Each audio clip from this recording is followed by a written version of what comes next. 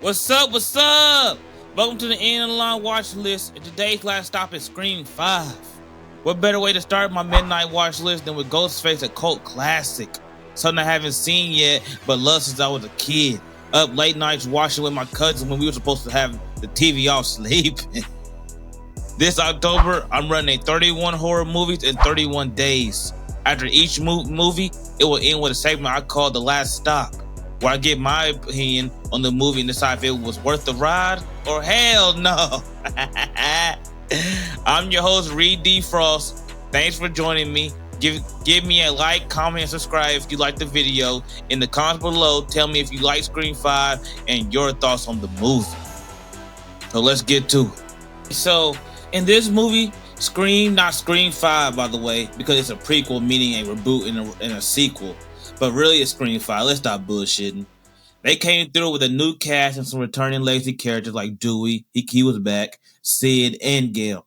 I was like, okay, I like that. While they could have done more with them, I believe, I love their maturity, their comments they had in the situations, and how they were there to assist the new generation, not really take over, you know? But I feel like the movie was really good as a whole. Not gonna lie, I wish the supporting characters were a little bit more fleshed out so we can understand them a little bit better. But that's nitpicking here and there. So the movie started out how it's supposed to, right?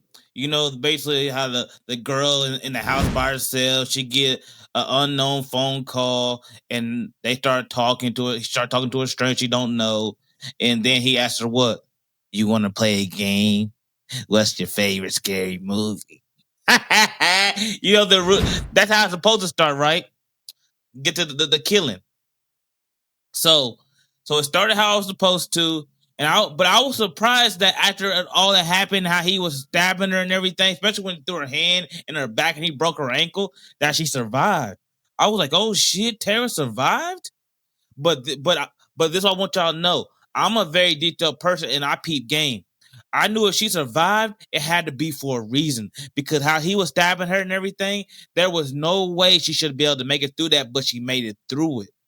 You know, so he had to be sending the message. So he had to be doing had to be for a reason why he kept her alive. People would have finished her off right then and there, but he didn't. Everything that's done in a great movie is done for a reason. Like when Amber at the very beginning questioned why Sam would want to come and see her sister all this time. Like it's her sister. She's got a call that her little sister just got attacked and almost killed by Ghostface. Of course she's gonna want to come and see her. What are you talking about? You know? So that immediately like raised my antennas up and like, was it Amber? So I always kept that red flag with her because I'm like, why would you question that? That's a weird thing to say. Someone's older sister can't come see their younger sister. So that was immediate from the opening gate that they made sure that was the first thing that was said. I don't know if y'all caught that or not, but they made sure of that the killer someone that was close. So I'm watching everyone and trying to figure out, okay, who is it? Is it this person? Is this one? This one? This one? This one? I'm watching every character coming up and trying to see their motives. And that goes back to me saying that I wish everybody's character was a little more fleshed out because they were a little more fleshed out. We'll be understand why this person would want to do this or that. But because we didn't know it and all these brand new characters, it was kind of hard for me to figure out which character would try to do what they did to old Tara. You know? But finding out Sam was Billy Loomis' daughter was a complete shock, bro. I was like, what? That's Billy's daughter? I was like, oh shit, that's crazy. But it was a fantastic twist, though. I can't lie. I gotta be honest about it. But the Midnight Reaper Award for best kill / saddest death goes to Deputy Judy Hicks. Like, bro, we gotta keep it a G. We gotta keep it a buck. We gotta be honest. Her racing home to save her son when she left to go get them sushi because, like she said, them delivering sushi kind of makes it bad or whatever. Like she knows how her son likes her. She was trying to do something nice for her son, right? So she got a call from Ghostface. She already knew what this was about. She wasn't playing this game. So she turned all the way around and was rushing home to get to her son, right? The whole time I was screaming, "Get there, Judy, get there!" And she almost made it. And Ghostface popped out of nowhere, shocking me. I was like, "That's crazy!" I was like, "God damn, no way! Where he come from?" You know, I was caught off guard, and I was caught up in her trying to save her son. That I never thought he set in a trap. I never thought about that until it was too late. Like if I was Judy, I would have been messed up too. Like I can't afford for that but all that emotion, her racing home like that, and her getting that close to saving her son. Now it's I was like, go help him, because he finna go get him, right? Because he didn't answer the phone call. He kept looking. They got me in that playing the music.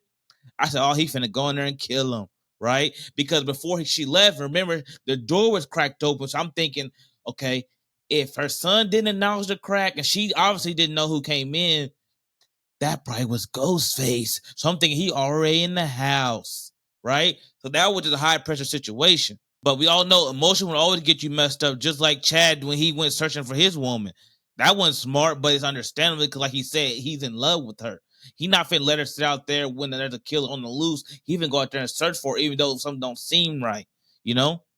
But like I said, the war for the Midnight Reaper goes to Deputy Judy. R.I.P. R.I.P. Man, that was crazy, bro.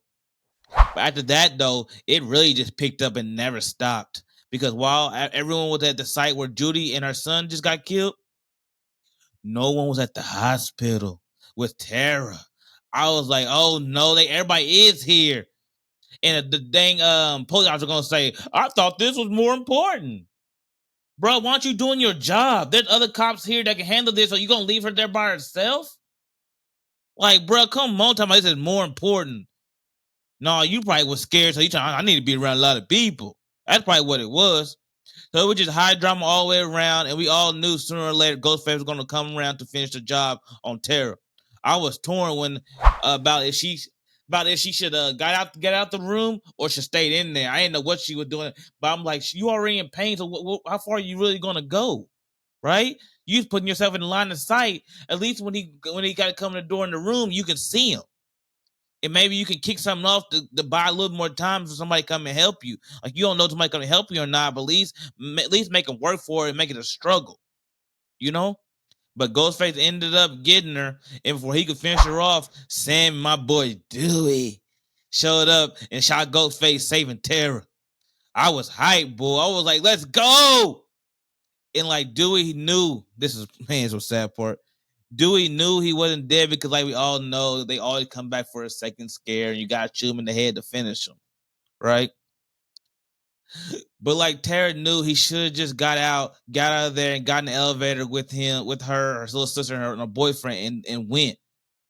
But we all understand why he didn't go. He was caught up in it. Dewey was caught up in his emotions, and I was caught up in my emotions, yelling, "No, Dewey, no!" As he was walking up, and it was all dramatic with dramatic music playing.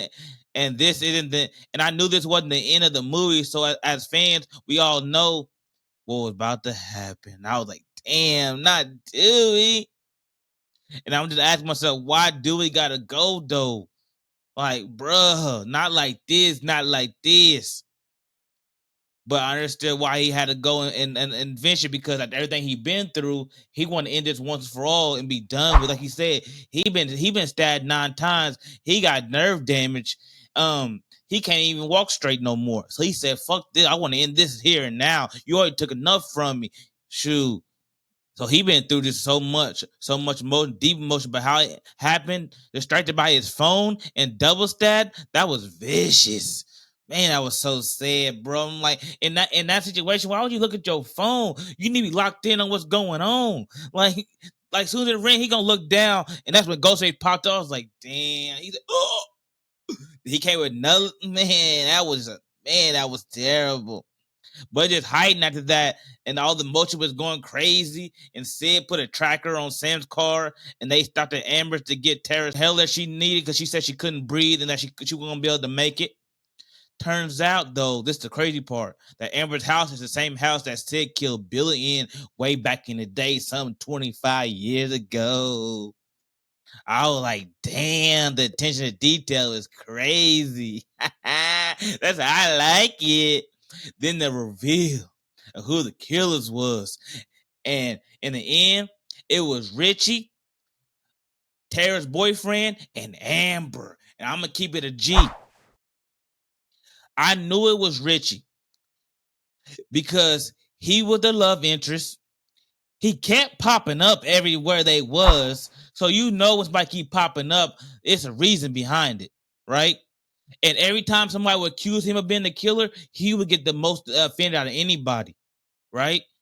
So I'm like, if it more highly than not probably is Richie. You know what I'm saying? I'm like, And the crazy part about Dewey did figure out at the when they first he was like, "Who is he?" So it's probably him. So he knew it, right? But Sam being so close to him when that's her love interest, that's her boyfriend who she loves, she's like, it can't be him. And he's saying all the right things, making her feel all good. And remember at the hospital, she was like, this is the part you supposed to get out so you can say yourself. And he was like, I ain't going nowhere. You know why you didn't want to go nowhere? Because you was a killer. You had a reason, you had a stake in this. That's why you didn't want to leave. Amber, I can't say that I knew it was her. Like, yeah, she had some red flags, and after the reveal, looking back at it, I was like, damn, I should have known. Like, when she went down to the basement, she had no worries. Most of the time, everybody would have some words or drop the line of, I'll be back, because they trying to make sure you don't have to worry. Because, even though they're worried, they trying to make it out for you because everyone feel like a good person. She didn't say nothing, right? And then once the other girl came in there with minor, now she trying to be mindful of stuff. I'm supposed to say this, I'm supposed to say this, because she don't want anybody to think that was her, right? So I'm like, I should have known. And she was constantly accusing everybody, like, bro, man. But hey, I didn't know. I'm admit it. I knew it was Richie, but I didn't know it was Amber. But their motive was that they felt no one respected the genre no more, and wanted to bring it back to its roots and give them real source material to make the next movie. Which I kind of felt was lame, but okay, I give their crazed super fans. And they met in a Reddit forum, which is understandable in this day and age because people do meet online and they do create connections and bonds and all that kind of stuff. Like that's real shit nowadays, especially this day and age. So that part I do understand and get full heartedly. It's just their motive. I wish it would have been a little deeper. You know what I'm saying? But it is what it is. But then the final struggle. In the end, the struggle was real and intense. Gail got shot, Sid got stabbed, and Sam got stabbed and tricked. They only got the upper hand because Tara wasn't in the closet. You know what I'm saying? That threw them off. And everybody knows that in that type of moment with high pressure and everything, it happens so fast. What we've seen is it's slow to us, but what in it is fast. So any little mistake or little open is a huge big open for them. For like it's life or death. Like they gonna kill us anyway. We ain't got nothing to lose. Like you turn your head on, I'm finna jump on you. I'm gonna bite your arm like Tara did. Try to grab a knife like Sid was trying to do. I'm gonna do whatever I gotta do to try to survive. It was their fault. And they're like a detail and knowing what's going on, and that's because they're young. They gave them that opening, and then they paid for it, right? Because for one, why didn't you have them all tied up? Why you got them all just sitting around the kitchen like they ain't plotting and planning to try to get one over on you? Then you got knives all around. You got them in the kitchen. Bro, come on, let's be honest about it. I was all confused about what was going through the minds of Richie and Amber. But the girls, they took advantage of open, they capitalized on it, and they killed both of them. And was prepared for any last scares. They shot them both in the head. The girl tried to come running out the kitchen. She done got burnt alive, and they shot her in the head. I was like, oh man, this is crazy. Like it was good. It's just on the killer side, I would have left confusing why did they handle it the way they did. But all in all, this movie was amazing. I enjoyed myself, and we'll be watching again one day. Like, Scream 5 was it. I love this movie. It brought me back to my fandom of Scream 5. I ain't gonna lie to you. I was smiling. Why? Because the girls made it, and no one in the end ultimately died, and they got the killer. That's what I was having. I'm glad that they got that man. But hey, that would do it for today's last stop. Tomorrow we will keep rolling with Scream 6, the follow-up.